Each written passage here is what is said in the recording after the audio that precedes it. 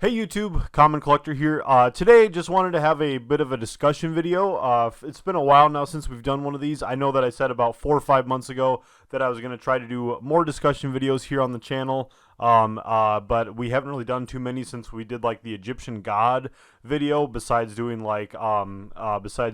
ban list prediction videos and whatnot. So we did do one, like I said, a few months ago, sort of based on the Egyptian God cards. Should they have an errata or like a retrain and whatnot, stuff like that, where Konami kind of failed with them. But yeah, so today we are talking Floodgates, and just sort of in general, the history of Floodgates through Yu-Gi-Oh! We're not going too far back. So as you guys can see, I got this set on the Tier Maker website, which I just really like using just to be able to sort of show off things instead of just like putting up pictures here onto the screen for you guys to see. Kind of makes it easier for editing, and just sort of in general, you guys can sort of see everything. So I made a bit of a timeline here. So we have the last 3-4 years with 2023, 2022, 2021, and 2020. And then just sort of in general, I have the old problems section here with sort of older cards that have kind of come in and out, and sort of when you stop here at Red, Reboot, and Jinzo are cards that are on the ban list currently. So as you guys can see here, we've got just a whole bunch of other stuff that is on there. I believe that was everything that was on the ban list that I would consider a floodgate, but there could be a few things that I missed. So anyways, before we get on completely into the discussion video, definitely make sure that you guys are subscribed to the channel if you guys haven't already. If you guys enjoyed this content, make sure to like it. Let me know down in the comment section, and let me know what you guys notice are floodgates that are missing on this list. Like I said, I didn't include everything. I just included sort of like the main hitters, especially from the last few years. And then for the old problem section, I just kind of did stuff that is just sort of kind of came to mind. But anyways, let's get on into this. But one last thing, I mentioned in my video the other day when I was opening up Legendary Collection 1 for you guys, or the Legendary Collection 25th anniversary, that I am going to also be doing a video on Patreon where I'm going through the collection that I bought. If you guys ever saw that video, the video to that will be linked down in the description below. I did a full like 3-hour live stream where I went through this 10,000 card collection, and I'm going to be showing you guys what I kept personally from that collection. I've sold a whole bunch of stuff to try to make my money back, and now I'm going to show off the cards that I kept for myself. So that is going to be shown off on Patreon. If you guys are not on Patreon and you want access to that, let me know down in the comment section, and I will do a Twitch stream, which will then get uploaded to Patreon. So, but anyways, let's get on into the video. So, just in general, I kind of want to talk about what it is about Floodgates that kind of gets under my skin, what I don't like about them, and why I think Konami needs to sort of strain away from this. And as you guys can sort of see from this table that we've got here, this is a little bit ridiculous when you look at things just from this perspective. In the last 3 years, from 2020 to 2022, if things weren't bad enough with COVID and all that sort of stuff, and just in general, like the main state of the world with everything going on, wars, all that kind of stuff, high inflation, poverty and stuff across the world, we've got to deal with Yu-Gi-Oh! Where we've got, for the past 3 years, we've had just Floodgate after Floodgate, and not even just Floodgates. A few of these cards on here, like you'll see with Dragoon and Herald of Perfection I've put on here, that are not technically Floodgates, but I do think that they were sort of, I think that in general, you could probably count Herald of Perfection and Ultimateness. This picture just sort of stands for both of them. I think you could probably consider them as a Floodgate, depending on how many fairies you have in your hand. That technically is a Floodgate. That basically just says you can't do anything. It's probably one of the most oppressive Floodgates in the world when it is live, because, like, I mean, there's always outs you can have to, like, Imperial Order, but not really when it comes to a card that just says you can't do anything, unless you specifically have, like, a Kaiju. But anyways, we do have Dragoon on here. I just put Dragoon on here in the timeline just sort of as a way to sort of represent what Dragoon kind of meant for the game, because in general, Dragoon isn't technically a Floodgate, but if it was, it would basically be a Floodgate card that just says, this card can't be destroyed by card effects, or can't be destroyed. This card also lets you negate 1 card effect per turn by discarding a card, and this card lets you blow up 2 cards once per turn and lets you do burn damage, all that kind of stuff.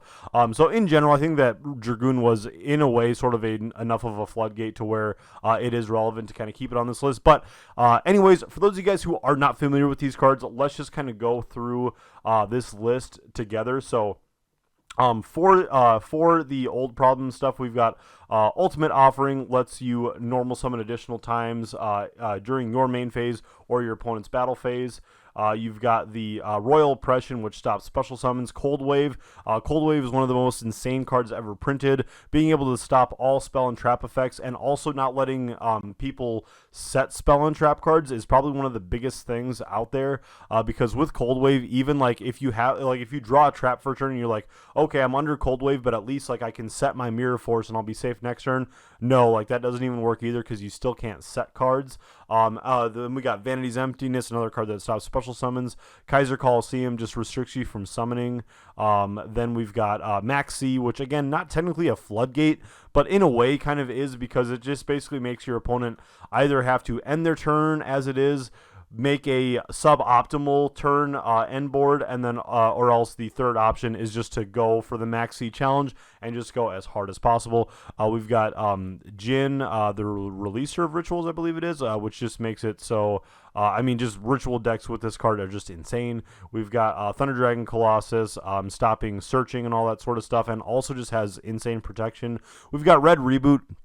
Red Reboot on the ban list is probably like the least offensive of all of these, because it does still give your opponent like a chance for a big comeback, because they do still get to set an additional trap from the deck. The only thing of where Red Reboot matters is when it's on the last turn, but the thing is that a good player is only going to use Red Reboot when it is going to be to save their last turn. So like if you're running like Sword Soul versus Labyrinth right now, if we had Red Reboot, if you're going up against Labyrinth, you would just drop Red Reboot immediately when you would want to, and then with that with that advantage, with how hard the deck can pop off, if your opponent just like set 5 pass, you're probably going to be able to get enough attack on board to just be able to OTK. So that's where Red Reboot is just extremely uncool.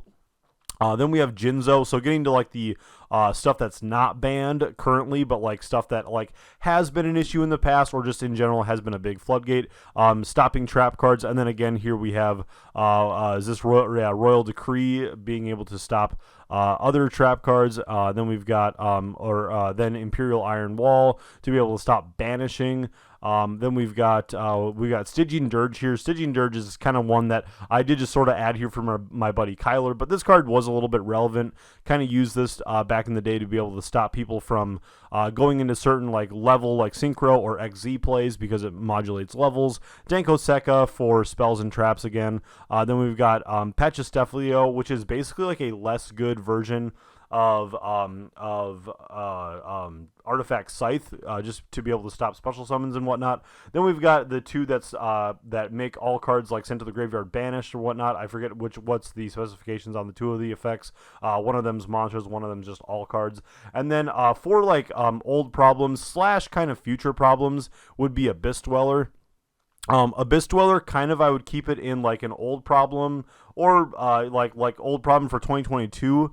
Like this card could kind of just be all over the place, but I'm just going to keep it over here for now. With Abyss Dweller, being able to stop all graveyard effects for a turn is just insane, but it was seeing a lot of play back in 2022 because of Tearlaments. So until Tearlament got like their big hit on the ban list, on the most previous ban list, this card was just absolutely insane for stopping them. People are probably experiencing this on Master Duel and all that stuff as well, because of how great it is for stopping Tearlaments and just other decks that rely on the graveyard. So these are just kind of the main points that I wanted to bring up, because like in my opinion, I don't think that it's correct for Konami to have these kind of effects in the game.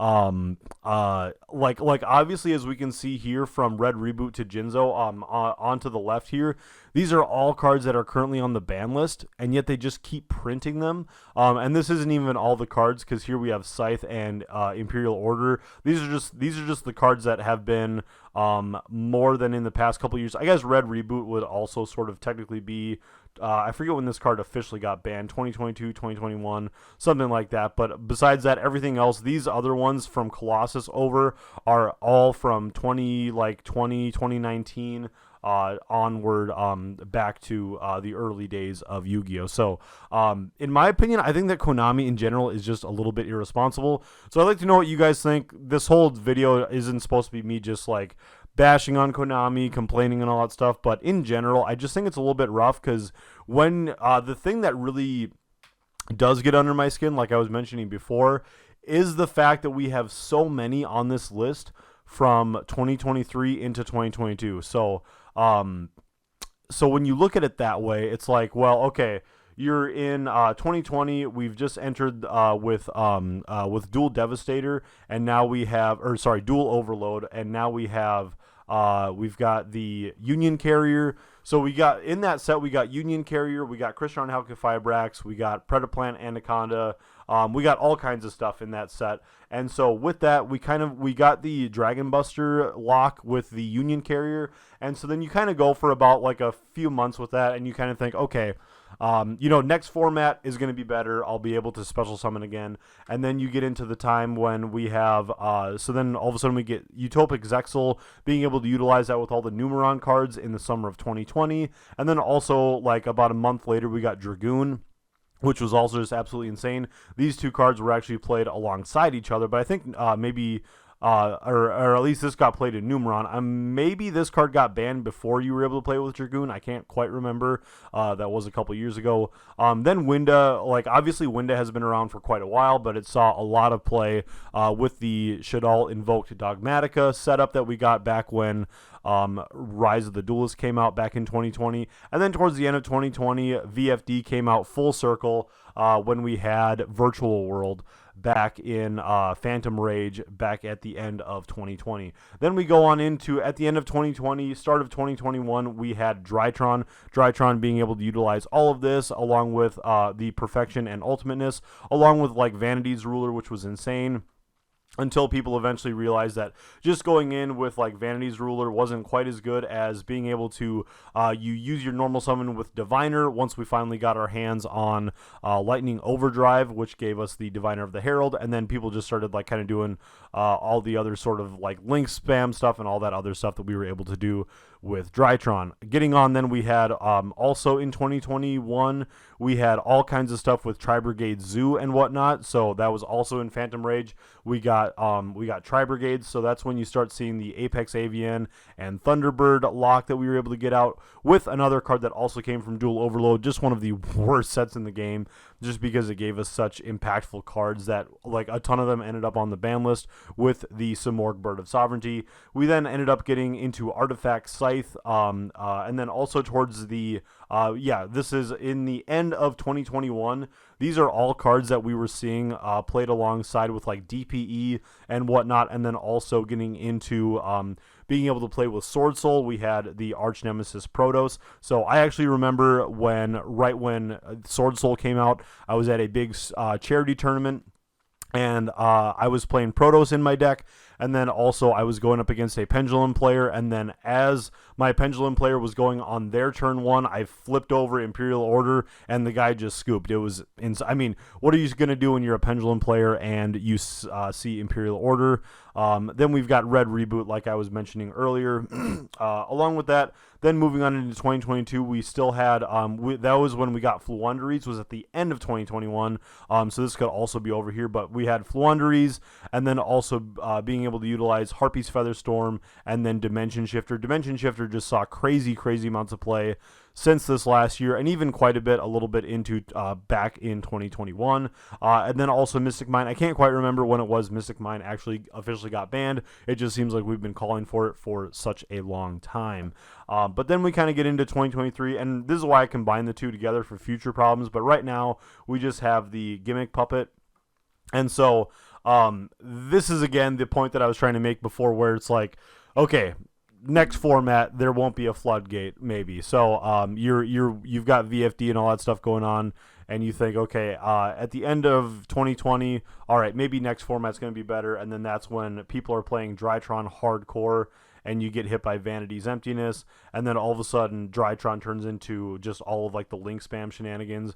We actually got probably a little bit of a more healthy side between here in 2021 into the end of 2021, which then we finally got into because we had Dawn of Majesty and all that stuff, and Lightning Overdrive. Those really didn't impact the game too hard, except just help Drytron sort of keep going, keep its gas. And we just sort of got a couple decent side sets. But then getting into Bursts of Destiny, this is where things again got kind of crazy, and we just all of a sudden had this huge impact wave of all of these cards just being super impactful, sort of influencing the format. I don't think that Thunderbird really saw that much play going on, but also like let's say, like, I mean, honestly, these cards could all be over here as well, and just a lot of these float down to 2022 because a lot of these just didn't really get hit. Apex Avian, all this stuff is still not hit yet, so that's where a lot of these still kind of keep moving back and forth between the years. And in general, like wouldn't it be nice if we were just able to get to formats where there's no floodgates? Obviously, that's obviously just never going to happen anymore because there's so many in the game. I didn't even include cards like Tickaboo, There Can Be Only One, Rivalry of Warlords, because those cards, like, they just seem so generic as far as floodgates. Like, people play them in basically any deck, and those are ones that I don't find to be as oppressive as some of the ones that we see here on the list. And then also just kind of moving on into the future problems, we have Arch Nemesis Shatos, which is the sort of like the twin to the Protoss. So that is the one that deals with types. Protoss is the one that deals with attributes, I believe. And then we have Darklaw. Darklaw's kind of been like also could be in the old problems deal, but he's just sort of one that just sort of it sort of reminded me with Colossus just to toss Darklaw on here, as well as having all of like the Macrocosmos cards. Then we have like probably the one that no one's talking about is the Mayakashi and Shiranuri Ghost Girl meets whatever. I can never remember these cards' names, but this card basically just completely makes it so that your opponent can't special summon. And this is where Konami really gets to me, because we just banned Mystic Mine, we just banned Scythe, all of these cards that stop special summoning, stop monster effects, stop all these things. And then at the end of 2022, Konami releases this in Magnificent Mavens to be able to stop special summons. So in the end, I just wanted to make this video because it just doesn't seem like Konami... I think Konami knows what they're doing, but I don't think that they get where the game could probably be if they stop doing this. Because let's imagine that we're going to be a few years from now and people are going to all of a sudden break Mayakashi's or Shiranuri's. All of a sudden we'll get crazy new zombie support, and all of this stuff is just going to absolutely pop off. It's just going to be, I mean, this card's probably going to be probably about $20-$30 someday, because people are going to start scraping it out of their bulks, and it's only going to have the one printing because it hasn't seen any play. And then all of a sudden this card is going to be super expensive and super oppressive until it finally finds its way onto the ban list. Other cards that we got here is Dimensional Barrier. We've got Droll in here. Droll is also just kind of in here for max C. Lancia is probably like the least offensive out of some of these cards, but also kind of goes along with the whole Drytron theming, because this card is searchable in Drytron. So back in the day, people were able to search Scythe and Lancia and Ava and all that stuff just to be able to fuel their Herald of Perfection, because, you know, if your opponent is going to activate 2 or 3 effects that is going to banish, well, instead of pitching Lancia for the effect of Perfection, if your opponent's playing a deck that likes to banish cards, you just pitch Lancia instead, and now you just floodgated them out of 3 effects rather than discarding for Perfection and just getting a 1 negate. Miscellaneousaurus, a card that could also be an old problem, also a future problem because we are getting more Dino support and whatnot,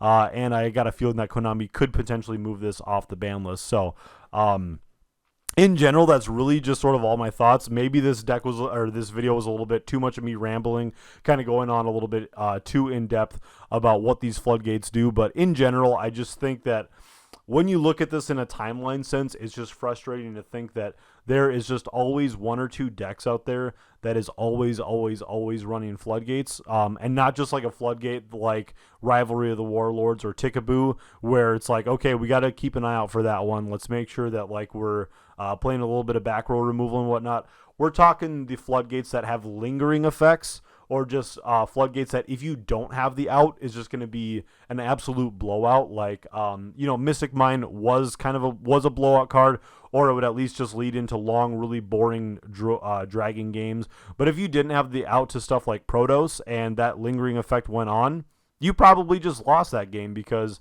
your opponent's going to be able to use the Protos every turn, and then even if they can't Protos every turn and you can find your way around it, by that time they've already probably established an unbreakable board, depending on what else you have in your hand. So anyways, guys, I think that's going to do it for the video. I rambled on for a lot longer than I thought I was going to, so sorry about how long this video went. Just quick reminders. Thank you again to the sponsors of the channel, Mammoth Headwear, as well as my locals, E.Cade. So thank you very much for sponsoring the channel. Thank you again to all of my patrons as well. And if you guys want to join the Patreon, definitely go ahead and check it out. Links to all that will be down in the description below. You guys can check out the Patreon for a bunch of bonus videos, including me going through that collection, showing you guys the insane vintage cards that I kept for my own personal collection. But without any further ado, thank you guys. Let me know down in the comments what I missed on this list, what Floodgates in the past have been really oppressive to you for your deck building, what maybe kept you out of the game from playing because it was just so unfun to play against. And besides that, just make sure you guys subscribe to the channel if you haven't already. Like the video, and again, let me know down in the comment section what you guys think about all this, and we'll catch you guys for the next one. Peace.